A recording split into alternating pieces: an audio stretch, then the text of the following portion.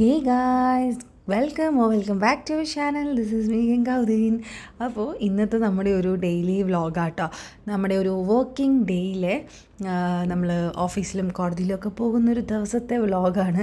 രാവിലെ എഴുന്നേറ്റ് ഇങ്ങനെ കുറച്ച് നേരം ഞാനിങ്ങനെ മന്ദത അടിച്ചൊക്കെ ഇരിക്കും, നേരം വെളുത്തല്ലോ എന്ന് ആലോചിച്ചിട്ട്. അപ്പോൾ ഇന്ന് ഭയങ്കര പ്രൊഡക്റ്റീവായിട്ട് പെട്ടെന്ന് തന്നെ ഓടിച്ചാടി എഴുന്നേറ്റ് റെഡി ആയിട്ട് പോകണം.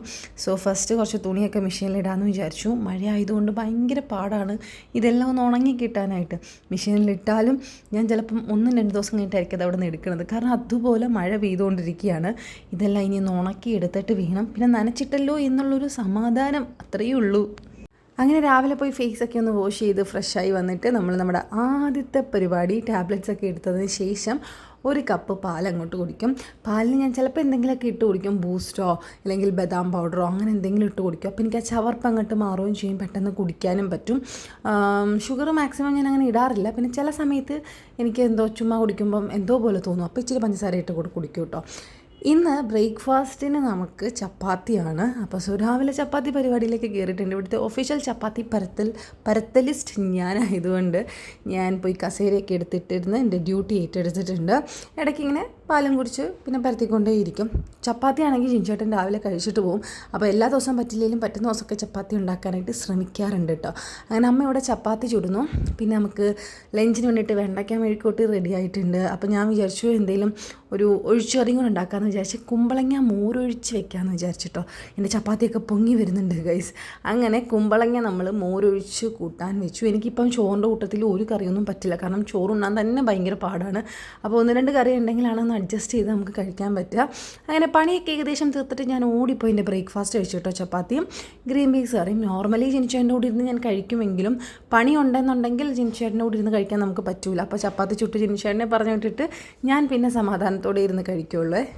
പിന്നെ ഓടിപ്പോയി കുളിച്ച് റെഡിയായിട്ട് വരും. രാവിലെ മാക്സിമം ഞാൻ തല നനയ്ക്കാറില്ല. ഇതേപോലെ നമ്മുടെ ഹിമാലയൻ്റെ ക്രീമൊക്കെ തേച്ച് ഞാനൊന്ന് മുടി ഒതുക്കി വെക്കും. ഇതാണ് എനിക്ക് കംഫർട്ട്. സത്യം പറഞ്ഞാൽ ഇങ്ങനെ ബാക്ക് കോംബ് ചെയ്തിങ്ങനെ ടൈറ്റായിട്ട് വെക്കുന്നത് എനിക്ക് ഇഷ്ടമൊന്നുമല്ല. കാരണം എൻ്റെ നെറ്റിയിൽ 1 ഏക്കർ സ്ഥലമുണ്ട്. അപ്പോൾ അത് വീണ്ടും കൂടുമല്ലോ. എനിക്ക് ഓപ്പൺ ഹെയർ തന്നെയാണ് ഇഷ്ടം. പക്ഷെ നമ്മൾ ഈ ബസ്സിൽ പോകുമ്പോഴും പ്രത്യേകിച്ച് മഴയത്തും ഒക്കെ പോകുമ്പോഴും പിന്നെ ഹോൾ ഡേ ഇങ്ങനെ ഇരിക്കുന്നതുകൊണ്ട് തന്നെ എനിക്ക് ഏറ്റവും വലുത് കംഫർട്ടാണ്. നമ്മുടെ ലുക്സിനേക്കാളും വലുത് കംഫർട്ടാണ്. അപ്പോൾ ആ കംഫർട്ടിന് വേണ്ടി ഞാനിങ്ങനെ ഒതുക്കി വെച്ചിട്ട് പോകും. അപ്പോൾ അത്യാവശ്യം സെറ്റായിട്ട് പറക്കാതൊക്കെ ഇരുന്നോളൂ കേട്ടോ. അങ്ങനെ പെട്ടെന്ന് തന്നെ റെഡിയായി ബാഗും കാര്യങ്ങളും എടുത്ത് നേരെ ഇറങ്ങിയിട്ടുണ്ട്. മഴ ഇറങ്ങിയപ്പോൾ തന്നെ മഴ ഉണ്ടായിരുന്നു കേട്ടോ. നമ്മുടെ ആറൊക്കെ ചെറുതായിട്ട് കയറി വരുന്നുണ്ട്. റോഡെല്ലാം വെള്ളമാവുന്നുണ്ട്. റോഡിൻ്റെ അവസ്ഥകൾ നമുക്കറിയാലോ, മൊത്തം കുഴിയാണ്. ഒരു മഴ പെയ്യുമ്പോഴേ ആ കുഴി മൊത്തം വെള്ളമാവും. ഇനി ഇതിലൊന്നും വീഴാതെ ശ്രദ്ധിച്ച് നമ്മൾ നേരെ ബസ് സ്റ്റോപ്പിൽ ചെല്ലും കേട്ടോ. ബസ് സ്റ്റോപ്പിൽ ചെന്നത് മാത്രമേ എനിക്ക് ഓർമ്മയുള്ളൂ. എന്ത് പറ്റി നിർത്തില്ല, അത്ഭുതത്തിൽ എനിക്കിന്ന് ഭയങ്കര നേരത്തെ ബസ് വന്നു കേട്ടോ. ബസ് വന്നെങ്കിലും നല്ല തിരക്കായിരുന്നു, ഇരിക്കാൻ സീറ്റേ കിട്ടിയിട്ടുണ്ടായിരുന്നില്ല.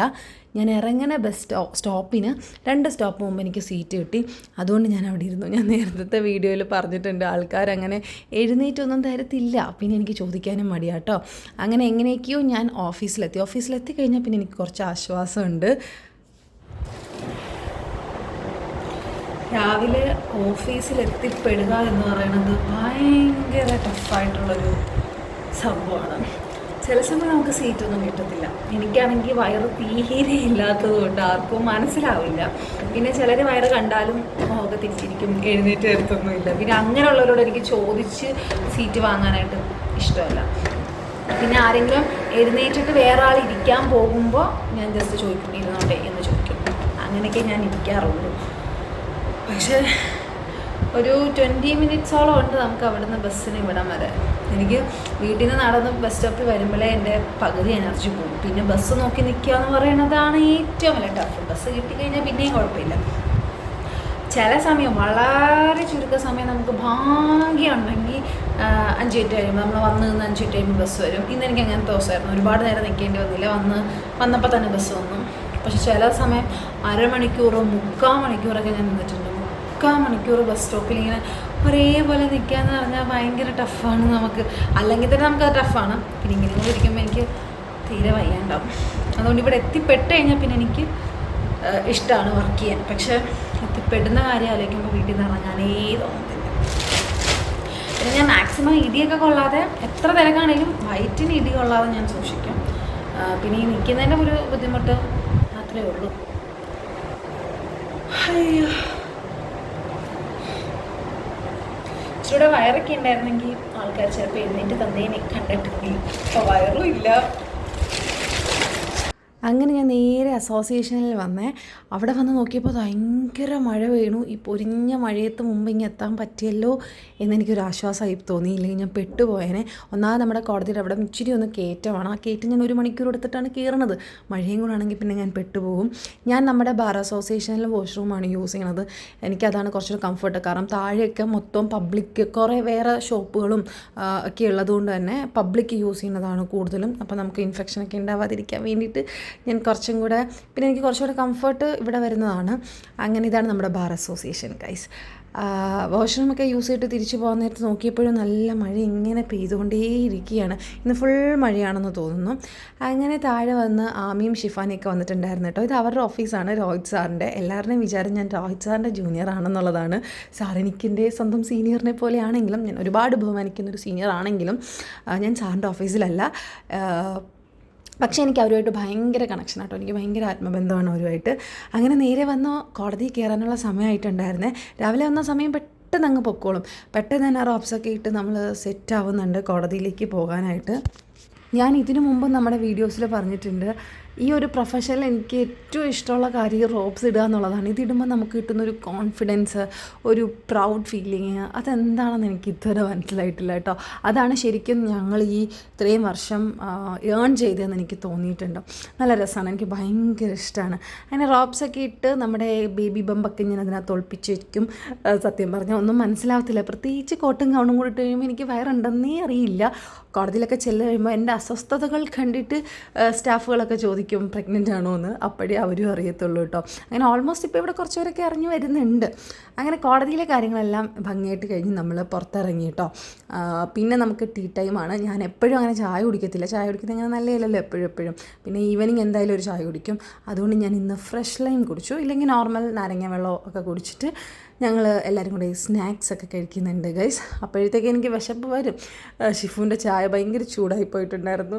അങ്ങനെ ചായ കുടിച്ച് നമ്മൾ നേരെ ഓഫീസിൽ വന്നു. അപ്പോൾ നമ്മുടെ കേസും കാര്യങ്ങളൊക്കെ കഴിഞ്ഞ് നമ്മൾ കോടതിയിൽ നിന്ന് താഴേക്ക് വീണ്ടും ഓഫീസിലേക്ക് വന്നു. നേരത്തെ ഓഫീസിൽ ഞാൻ മാത്രമായിരുന്നു. പക്ഷേ ഇപ്പോൾ നമുക്ക് 1-2 ജൂനിയേഴ്സും കൂടെ വന്നിട്ടുണ്ട്. പക്ഷേ ഇന്ന് ആരും ഇല്ല, ഇന്ന് ഞാൻ മാത്രമേ ഉള്ളൂ. അതുകൊണ്ടാണ് നമ്മൾ ഒറ്റയ്ക്കൊക്കെ ഇരിക്കുന്നത്. ചില സമയത്ത് നമ്മൾ മുകളിൽ കോടതിയിൽ കയറി കഴിഞ്ഞാൽ ഓഫീസ് ഏറ്റവും താഴ്ത്ത നിലയിലും മുകളിലാണ് കോടതികൾ. അപ്പോൾ കോടതി കയറി കഴിഞ്ഞാൽ ചിലപ്പോൾ ഉച്ചയ്ക്കാവും നമ്മൾ ഇറങ്ങി വരാൻ. പലയിടത്ത് ചിലപ്പോൾ 1-2 കോടതിയിൽ കാണും, ചിലപ്പോൾ ഒരു കോടതിയിലേ കാണത്തുള്ളൂ. പിന്നെ അസോസിയേഷനിലൊക്കെ പോയി തിരിച്ചിറങ്ങുമ്പോൾ ഈ ഒരു സമയമാവും, 12-12:30 ആവും. ഇനിയിപ്പോൾ നമ്മളൊരു ലൈമും ഒക്കെ കുടിച്ചിട്ട് നേരെ ഓഫീസിലേക്ക് വന്നു. ഈ സമയമാകുമ്പോൾ എനിക്ക് വിശക്കാൻ തുടങ്ങും കേട്ടോ. അതുകൊണ്ട് ഞാൻ ചോറ് ഉണ്ണുന്നതിന് മുമ്പ് ഒരു ഇടക്കാല ആശ്വാസം പോലെ ഓടിപ്പോയി എന്തെങ്കിലും ഒന്ന് കഴിക്കും. ഇനിയിപ്പം ഓഫീസിൽ വന്നിട്ട് നമുക്ക് കുറച്ച് ഡ്രാഫ്റ്റിംഗ് പരിപാടികൾ, ഓഫീസ് വർക്കുകളുണ്ട്. സോ ആ ഓഫീസ് വർക്കുകൾ കഴിഞ്ഞിട്ട് നമ്മൾ ലഞ്ച് കഴിക്കും. സാധാരണ നമ്മുടെ ഒരു ഇത് വെച്ചിട്ട്, ഒരു പ്രൊഫഷൻ വെച്ചിട്ട് കൃത്യസമയത്ത് ലഞ്ച് കഴിക്കാനൊന്നും പറ്റത്തില്ല. പക്ഷേ ഇപ്പം ഞാൻ ഇങ്ങനെ ഇരിക്കുന്നത് കൊണ്ടും, എനിക്ക് ഔട്ട് ഓഫ് സ്റ്റേഷനൊന്നും പോകണ്ടാത്തത് കൊണ്ടും, ഇവിടെ തന്നെ ഇരിക്കുന്നത് കൊണ്ടും ഓഫീസ് വർക്കുകൾ ചെയ്താൽ മതിയല്ലോ. സോ അതുകൊണ്ട് ഞാൻ മാക്സിമം നേരത്തെ തന്നെ ഫുഡ് കഴിക്കാനായിട്ട് ട്രൈ ചെയ്യില്ലെങ്കിൽ ചിലപ്പോൾ 3 മണിയൊക്കെ ആവും ഞങ്ങൾ ഫുഡ് കഴിക്കണ സമയം. പക്ഷേ ഇപ്പോൾ അങ്ങനെയല്ല, ഇപ്പം നേരത്തെ ഫുഡ് കഴിക്കും. എനിക്ക് ഭയങ്കരമായിട്ട് വിശക്കും. വിശപ്പിൻ്റെ സമയത്ത് നമ്മൾ കഴിച്ചില്ലെങ്കിൽ പിന്നെ ഗ്യാസ് കയറും, വോമിറ്റ് ചെയ്യും, അങ്ങനത്തെ ബുദ്ധിമുട്ടുകളൊക്കെ ഉണ്ടാവും. പിന്നെ എന്തിനാണ് നമ്മൾ വിശന്നിരിക്കുന്നത്?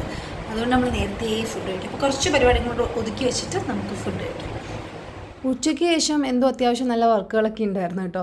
അതുകൊണ്ട് എനിക്ക് വീഡിയോസ് ഒന്നും എടുക്കാൻ പറ്റിയില്ല. ഈവനിങ് ആയപ്പോഴത്തേക്ക് ഞാൻ നേരത്തെ ഇറങ്ങിയിട്ടുണ്ടായിരുന്നു ബസ്സിനായതുകൊണ്ട്. നോർമലി ജിൻഷാൻ്റെ കൂടെ ഞാൻ വരും. പക്ഷേ ജിൻഷാൻ ഇല്ലാത്ത ദിവസം എന്നെ വിളിച്ചു പറഞ്ഞ് നേരത്തെ പൊക്കോളാൻ. എന്നാലും ഒരു 4-5 മണിയാവും ഞാൻ തിരിച്ചിറങ്ങുമ്പോഴത്തേക്ക്. അങ്ങനെ നമ്മൾ ബസ് സ്റ്റോപ്പിലേക്ക് വന്നപ്പോഴത്തേക്ക് നല്ല ഉഗ്ര മഴ. എനിക്ക് ബസ്സിൽ ഏത് സ്റ്റോപ്പിൽ ഇറങ്ങണമെന്ന് പോലും മനസ്സിലാവാത്ത പോലെ മഴയായിരുന്നു ബസ്സിലിരുന്നപ്പോൾ. പിന്നെ എങ്ങനെയൊക്കെയോ ഞാൻ ബാലൻസ് ചെയ്ത് ബസ് സ്റ്റോപ്പിൽ ഇറങ്ങി. അപ്പോഴത്തേക്ക് അമ്മയും തിരിച്ച് വീട്ടിലേക്ക് പോകാൻ സമയമായിട്ടുണ്ടായിരുന്നു. അങ്ങനെ ഞങ്ങൾ രണ്ടുപേരും കൂടെ ഒരുമിച്ച് വീട്ടിലേക്ക് നടന്നു കേട്ടോ. രാവിലെ പോയതിനേക്കാളും വെള്ളം ചെറുതായിട്ട് കയറുന്നുണ്ട്, കാരണം ഇന്ന് അത്യാവശ്യം നല്ല മഴയായിരുന്നല്ലോ. അങ്ങനെ ഈ റോഡിൽ കൂടെ ഭയങ്കര പാടാണ്, കാരണം ഫുൾ കുളമാണ്. നമ്മൾ ബാലൻസ് ചെയ്ത് നേരെ തിരിച്ച് വീട്ടിലെത്തി കേട്ടോ. വീട്ടിലെത്തി കഴിഞ്ഞപ്പോഴത്തേക്ക് കഴിഞ്ഞപ്പോഴത്തേക്ക് പിന്നെ നമുക്ക് ഈവനിങ് ഫുഡിന് കുറച്ച് പരിപാടിയൊക്കെ ഉണ്ടായിരുന്നു അടുക്കളയിൽ. അപ്പോൾ ഭയങ്കര തിരക്കായിപ്പോയി. ചേച്ചിയും പിള്ളേരൊക്കെ വന്നിട്ടുണ്ടായിരുന്നു. സോ അതിൻ്റെ ഇടയ്ക്ക് ഒന്നും വീഡിയോസൊന്നും എടുക്കാൻ ഞാൻ മറന്നേ പോയി കേട്ടോ. അങ്ങനെ അതെല്ലാം കഴിഞ്ഞൊന്ന് ഫ്രഷായി വന്നപ്പോൾ അത്യാവശ്യം സമയമായിട്ടുണ്ടായിരുന്നു. 8:30-9 മണിയായിട്ടുണ്ടായിരുന്നു. എന്നും വൈകിട്ട് എനിക്ക് ഇതുപോലെ പണി ഉണ്ടായിരിക്കില്ല കേട്ടോ. ഞങ്ങളെന്തെങ്കിലും ചെറുതായിട്ട് വെക്കും, അമ്മ എന്തെങ്കിലും വെച്ചോളും, ഞാൻ നേരെ പോയി കിടക്കും, അത്രയേ ഉള്ളൂ. അപ്പോൾ ഇത്രയും കഴിയുമ്പോൾ തന്നെ നമ്മൾ ഒരു പരുവായിട്ടുണ്ടായിരുന്നു. ഞാൻ നേരെ ഫ്ലാറ്റായിട്ടുണ്ട്. ഇതാണ് എൻ്റെ ഒരു working day, normal working day. ഇത്രയേ ഉള്ളൂ. പക്ഷേ നല്ല ടയേർഡാവും അപ്പോഴത്തേക്ക് ഇങ്ങനെയൊക്കെ ഇരിക്കുന്നത് കൊണ്ട്. ഇനി സമാധാനത്തോടൊന്ന് കിടന്ന് ഉറങ്ങണം. അപ്പോൾ അത്രയേ ഉള്ളൂ. ബൈ, സലാം.